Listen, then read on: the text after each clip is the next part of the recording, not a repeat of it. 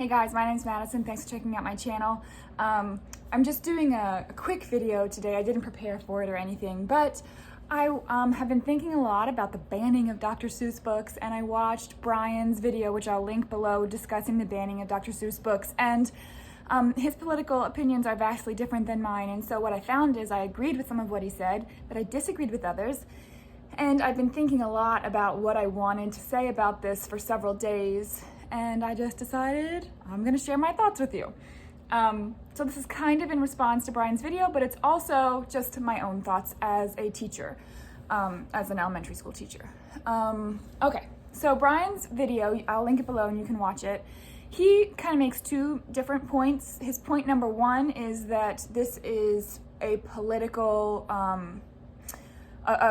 kind of agenda in the news cycle to distract you from what else is happening in our country, which would be the House passing a police reform bill, which is kind of true. I would definitely agree with him that the Dr. Seuss stuff has blown up and become a big part of the news cycle instead of the George Floyd police reform bill. However, I think it wouldn't be fair to say that right-wing news sources aren't reporting on it. They don't like it. They are reporting on it. They think that the bill is overreaching and going to cause harm in the police force. That's a generalization of what they think. But so you do see them reporting on it. They're just also reporting about Dr. Seuss Week, or the canceling of Dr. Seuss books. The other point Brian made is that these books aren't actually being canceled, which again, yes and no. So Loudoun County, specifically in Virginia, Loudoun County did not ban Dr. Seuss books. They didn't even ban Dr. Seuss Week or Read Across America. If you look at their statement, what they said was, we're going to be celebrating Read Across America, but it will not be we're going to kind of cut back from celebrating just Dr. Seuss books and celebrate a more diverse reading experience for our children. I saw this happen in my own school. I work at a public school in Virginia.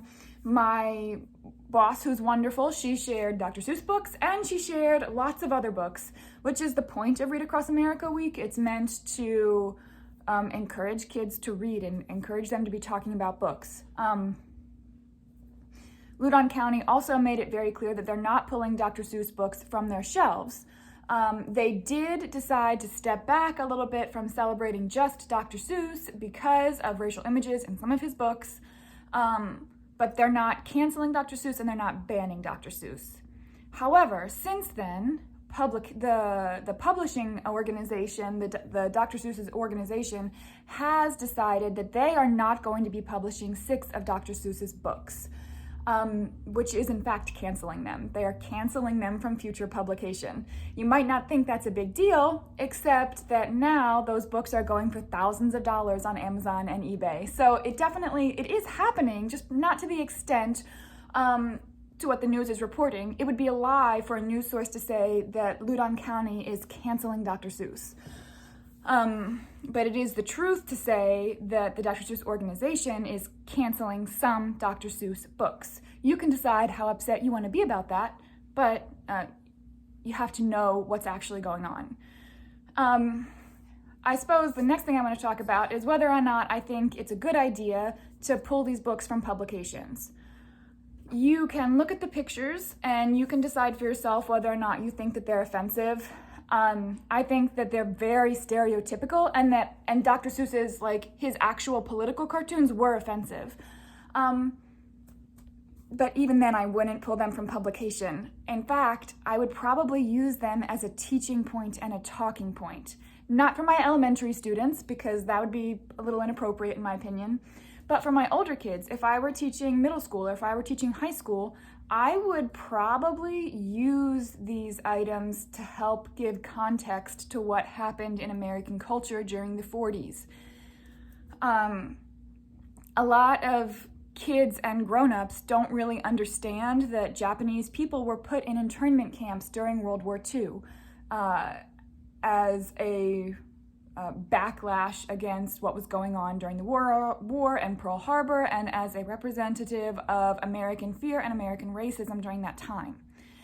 And so if I were going to teach that to middle schoolers or high schoolers, what I would do is I would teach the content, and then I would share Dr. Seuss's, like the real man's, political cartoons, which represent very clearly the general thought process at that time.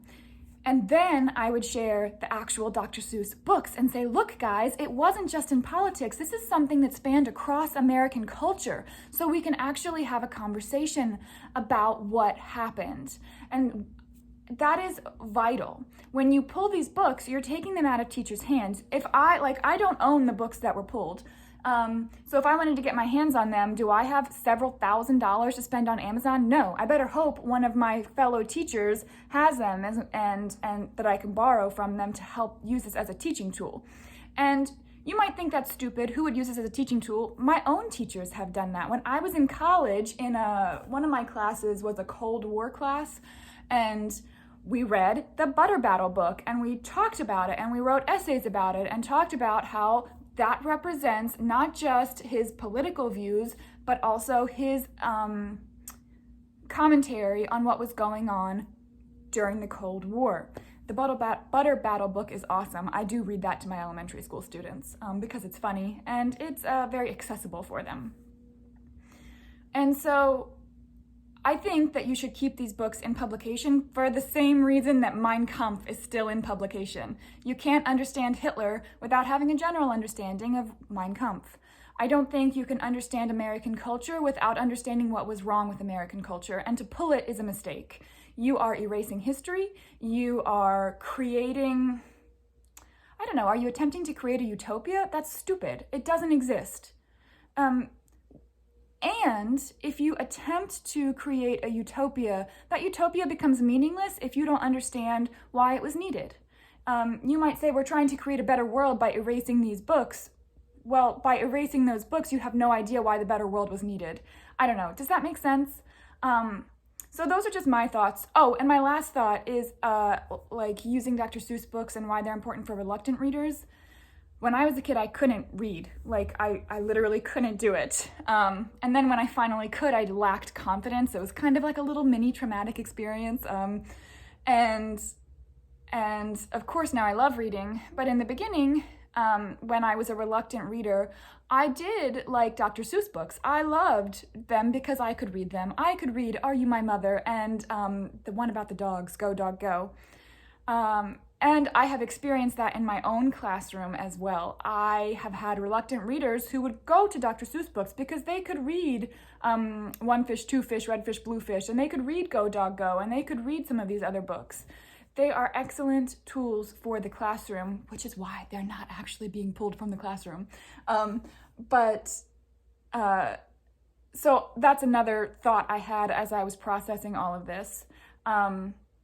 I don't know. What do you think? Do you think we should be making such a big deal out of it? Do you think it's nonsense to be making such a big deal out of it? Were these books canceled?